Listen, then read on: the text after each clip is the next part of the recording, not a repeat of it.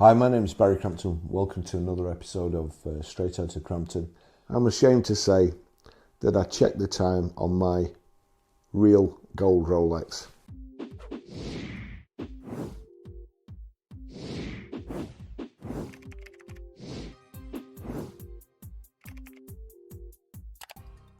This is called Love Is All Around, but there's no sign of it in the motor trade.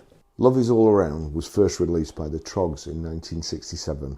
It was re-released and sung by Wet Wet Wet as the soundtrack to the 1994 film Four Weddings and a Funeral.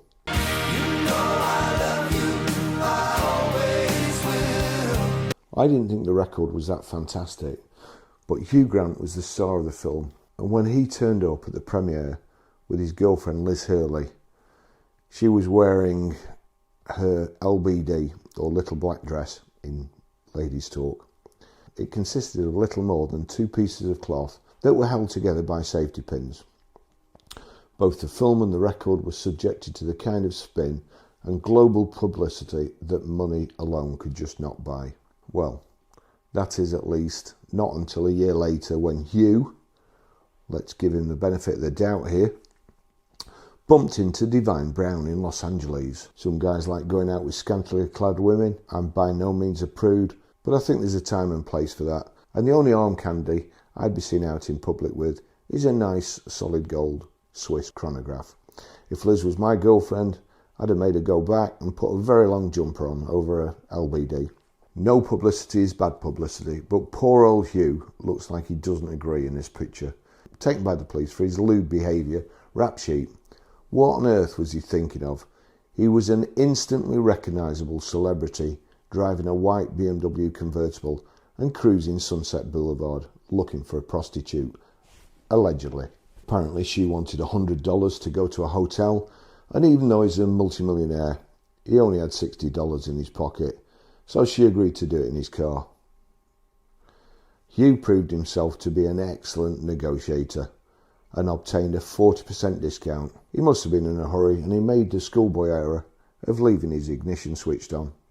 The cops only investigated the car because they thought the driver was in trouble and he was trying to tap out an SOS in Morse code using his brake lights. Even though he was caught in the act, I think he could still have got away with it. If I was him, I'd have told the cops I was playing Richard Gere's part in the new Pretty Woman 2 movie, and we were auditioning for someone to replace Julia Roberts. That would have been a completely believable excuse. It's not like he really did have a new film coming out, or he needed to get back in the limelight.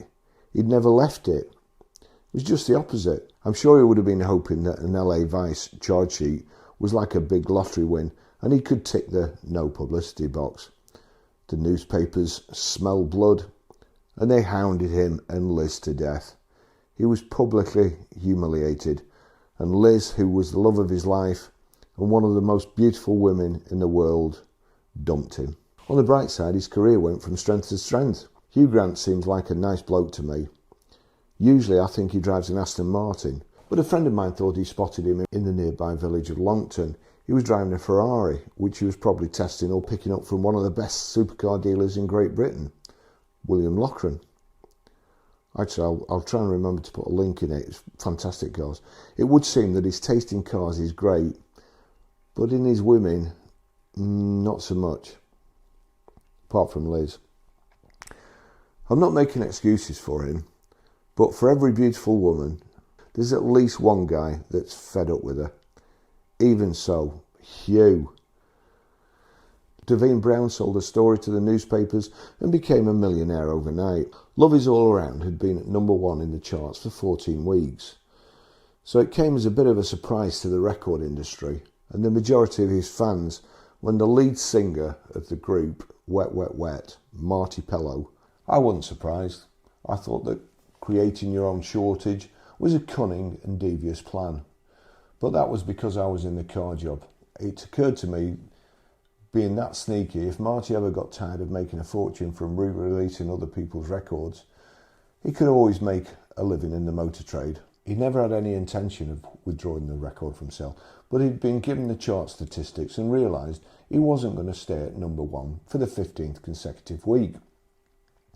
It It wasn't just Marty who was getting fed up of hearing it on the radio. We all were, and he decided his flagging record sales needed a shot in the arm. So he created a panic buying situation.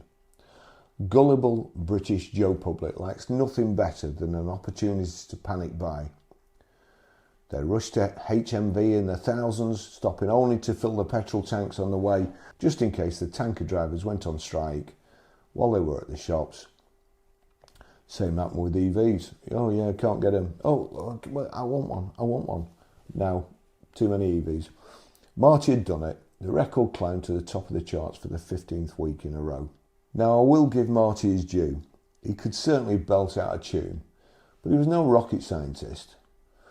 I figured if he could generate sales in the record industry like that, I could do it in the motor trade. I would adapt his soppy, love his all-around technique and use it to get the company I work for out of dire straits and earn me some money for nothing while I was at it. I started to compile a letter which I sent out to the whole of our database. It took me a couple of weeks as I first had to learn about mail merge in Word.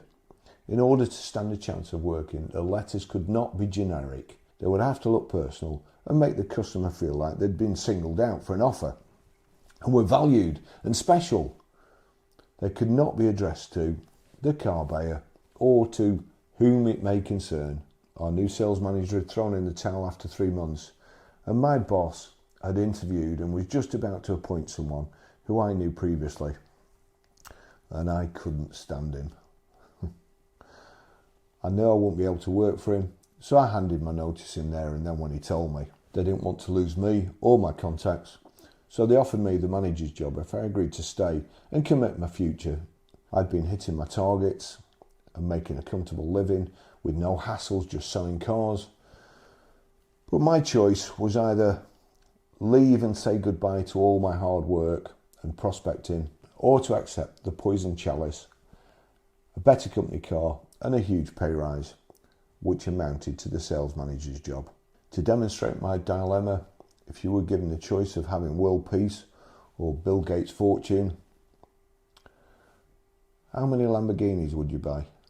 I took the promotion, but I was already beginning to regret it. I was under extreme pressure from day one. The truth was that I was working with a team of misfits, good lads but misfits. And I was sat looking at a compound full of brand new cars that weren't selling. Now, I can't lie to save my life, but in order for my shortage to sound plausible, I had to bend the truth a little. And the laws of time. Nearly every week, a guy would come in the showroom. He never bought a car, but he'd bring in a class of about 10 people who were his students of positive thinking. They varied in age and ethnicity.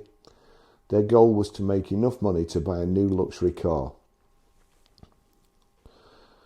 Now, at first, I thought he was a chancer, but I started to learn a few tricks from him. He didn't sell the sausage, he sold the sizzle.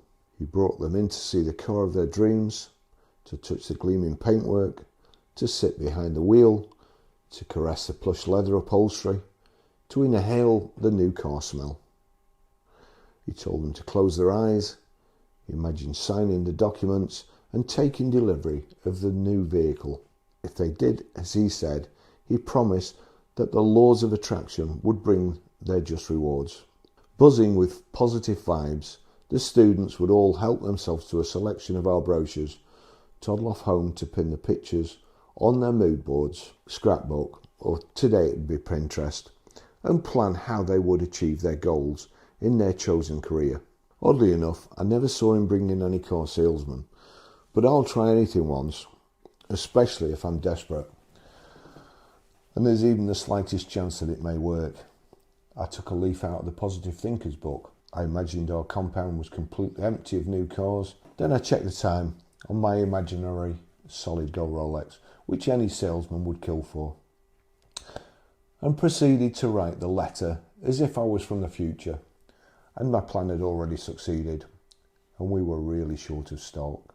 Poor excuse for lying, I know, but nobody got swindled or ripped off. They just got a new car at a bargain price. Marty's stock shortage ploy can only be used once every few years, or it becomes as believable as a politician's, well, Keir Starmer's promises. Unless they're talking about butterflies, DFS's weekly once-in-a-lifetime sale is a bit misleading too. Strangely for me, I never kept a copy of my letter. Perhaps I thought at the time it was best to destroy the evidence. So I'm reproducing it from memory. The letter works best when it's handwritten, but I needed to sell a lot of cars quickly, so all my personal letters were spat out by our useless dot matrix printer. And it started off: full name, address line 1, address line 2, town, postcode, today's date. Now on a mail merge, you put this information in and that is put in every letter. So, and then it goes, dear Christian name. So it's already got the information. As one of our most valued customers, I'm writing to inform you that due to a record-breaking year for new car sales and only a marginal increase in next year's allocation of vehicles from the manufacturer, we envisage a severe shortage of stock, or at best a restricted choice of vehicles to offer you. It's our aim to look after the needs of our existing customers before others, so if you are contemplating changing your, would merge in the make and model of the customer's car in the near future, it is vitally important that we make an appointment to discuss your needs as soon as possible. Yours, Barrie Crampton. What can I say? Marty's not just a pretty face. His plan worked like a charm, and we'd virtually sold out of stock within a few weeks of the letters being delivered. I had to ring my zone manager and ask for more stock, which he gladly gave me. He diverted cars from other dealers who were in the same position I'd been. We blitzed our targets and I was handsomely rewarded. I was way over target, blew my bonus away. However, Marty's plan had unforeseen consequences. As we'd done so well, we didn't get a marginal increase in new car supply from the manufacturers. We got a massive increase the next year. And also a massive increase in our next new car sales target. In the motor trade, if you don't hit your targets, you don't get your commission. But more importantly for the dealership, the manufacturers don't pay them the volume bonus, which is an extra percentage on the cars they've sold. A lot of garages only survive on the volume bonus payment. I'd Munson myself big time. I said I'd sooner get Munson out here in the middle of nowhere. Munson? What the hell is that?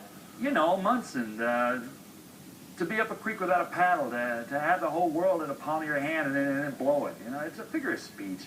Instead of implementing a strategy to maintain growth and profitability that would be sustainable over a period of time, I'd use my quick fix magic bullet and promptly shot myself in the foot. It did give me a breathing space, but we had to work extremely hard to keep up the momentum. I'd made a rod for my own back, and in future, nothing less than exceeding targets was going to satisfy my bosses. By the end of the year, I'd won the Best Sales Managers Award, and just before I went on stage to collect it, I'm ashamed to say that I checked the time on my real gold Rolex that I'd bought with my yearly bonus. I made sure that the sleeve of my suit was far enough my arm so that everyone in the audience could see the diamond bezel glinting in the spotlights. Moral of the story, there's a lot to be said for that positive thinking and law of attraction malarkey. Thanks for watching. See you in the next video. Bye bye.